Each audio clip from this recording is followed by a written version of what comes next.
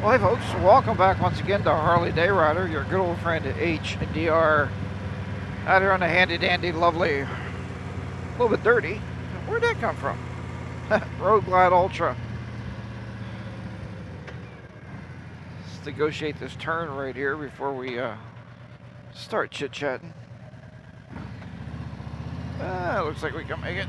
Let's make the turn.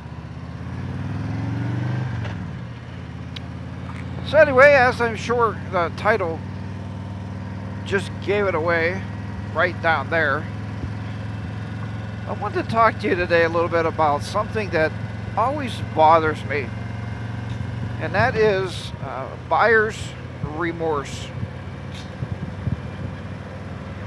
Buyer's remorse. Now this could be remorseful over any purchase, but today we're specifically talking about motorcycle buyer's remorse. Now, you know, it wasn't that long ago. I mean, 2018 or so, when myself and Miss HDR went out and bought this particular motorcycle. But before that, we had, well, this bike right here. Here, I'm going to show you this picture. This is a 2011 Electric Glide Classic. Let's go back even further. Here's another picture right here. And this is a picture when it was sitting in the showroom the day that I first looked at the motorcycle. Now it's a 2011, so it's a used motorcycle. Alright, there we go. Now, before I purchased that 2011 Electric Glide Classic, I was riding a 2008, 2008 Harley Sportster 1200. And I purchased that bike, obviously used, right? I got that bike used. And it got me back into motorcycling, because I've been not riding, you know, when we raise our kids and we do all that fun stuff for, you know, about 20 years or so. I took time off to raise the kids and do that responsible parent thing. That's where I just ate a bug. Protein. Anyway. Whew, that's interesting. Huh? You don't get that in the cage, that's for sure. So I had that Sportster. Well, there's a picture right here. So here's my Sportster. It's a 2000. It was a 2008. Well, I guess it still is a 2008 1200. And I had that bike. Well, I bought it. And I loved it. You know, I was riding. I was getting back into riding. I thought, man, this is great bike to get back into riding with. And so it had a Mustang, came with a Mustang solo seat, and I don't know if I have a picture here or not. I'm gonna have to go through the archives to find one, but of it sitting in the showroom, and I'll put that up right here if I have that. So I got the bike home, and the dealer said, oh, it's easy enough, HDR, just get a hold of Mustang and they can sell you the pillion seat for the back for the missus.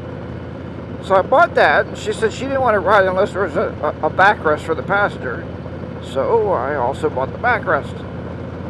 So I dropped another, I don't know, what, $350 for the pillion and for the backrest. But, you know, I installed it and everything was fine. So Miss HDR jumps on that bike with me as a passenger. We go out to dinner one night. She goes, well, you know what, I'm pretty cramped on this bike, and this is really uncomfortable to ride with you on it. And I was like, well, okay. So I didn't think much of it. I still rode the bike until I went at the showroom one day, and she called and she said, well, our friends just bought a Electric Glide or an older, like 2005 or 2006 Ultra Limited, right? Like an older bike. And man, she said it looks comfy. The back seat looks comfy and everything looks comfortable. So, and I was at the Harley shop and I took a picture of the one I just showed you there, the bike sitting in the showroom. Miss HDR said, how much? And I said, well, it had a tag on it of $16,000. Okay, $16,000 at the time for 2011. And I don't know the mileage or anything that was on it, but anyway. So I'm going to talk to him about numbers, about trading the Sportster in. Now, I only had the Sportster for 4 months. So I'm going to trade the Sportster in and see what the numbers are. So they ran the numbers, and basically the payment was going to be about the same as what the Sportster was. Maybe an extra year on the financing. I thought, well, that's cool. I could pull that off. Let's go ahead and buy that. So we bought it. The first day I took it off the lot, the very first day I was going to meet her, I remember this. It was actually a Labor Day. We were going on a picnic. And I'm going to turn right here on this road. So get some more negotiation going on here. Make sure nobody's coming down this road at me. There's a couple people there. Let's see if we can get right here. So I was going to meet Mrs. HDR at this cookout at one of our daughter's houses. And, well, I got kind of lost. I didn't know where I was. So I figured I better pull over. I didn't have any Senas on the helmet. Any way to contact her. So I wanted to pull the bike over, pull my phone out and give her a phone call. Say, hey, what road is it? How should I get to your house? You know, to her house. So I did that. I pulled over. I'm sitting in this gravel parking lot, kind of at an angle, not really thinking much about it, right? With my feet down, and well, the bike started to tip. And the bike went kaboosh. Fell over. The very first day I dropped the bike, laid it right in the gravel. I didn't hurt it, I just fell right over. Well, so there was some buyer remorse right there. I don't know if I was, I don't know how to say it. I don't know if I was afraid because it was a larger motorcycle. It was really my fault. The bike was off balance and I dropped the motorcycle. That's going to happen to any of us. You could drop a bike at any time. Once it gets off balance and is tilting to the left or to the right, the best thing to do is just let it go. Just let it lay down on the ground. Don't try to hold it up. They're 900 pounds, folks. You can't just stick your leg under it and push it back up. So, we had that bike for, I don't know, 3 years. 2, 3, maybe 3 years. And I felt it was time to upgrade. And the only reason we felt it was time to upgrade is because we wanted this right here. We wanted this GPS. Let's see if we can bring up the maps. Let's see here. Let's go here. Okay, so we wanted this GPS on the bike because we took the 2011 out with the phone mount. I had a RAM mount back then. And we were using the GPS, but we got a lot of places when we were traveling that we didn't have signal, we didn't have a GPS. Yeah, we found our way out, but, you know. Anyway, I thought we were getting a better motorcycle. That was the plan, right? Well, plus we're getting a bigger engine. I mean, the 107 is, Milwaukee 8's amazing. The new saddlebags with the Mount Rushmore package are amazing. You know, the way they open and everything. And so it was a win-win. So I traded the bike in. Now, let's fast forward to the first vacation. Miss HR goes, well, now she had some buyer's remorse. She said, I kind of miss Black Beauty. And Black Beauty took a lot of trips with us. And that was true.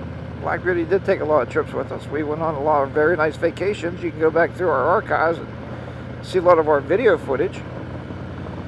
But by then it was too late. I mean, we traded the bike off. We had it gone for about a year. It was sold at the dealership. Somebody else was enjoying it, and that's fine.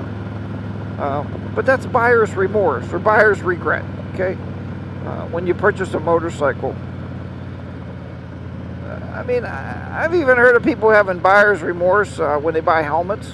Sometimes you buy a helmet, you think it's going to be the best helmet you ever own. You wear it the first couple, 3, 4 times. Next thing you know, you're like, it's not quite as comfortable as I thought it would be. You know, but you spent the money. You're kind of stuck with that helmet. Unless you can sell it on the used market somewhere. But, yeah, so I guess that's why we're more careful now. I mean, looking at motorcycles and what you want to buy. Everybody knows we've been looking at different brands of motorcycles. I almost bought a Royal Enfield.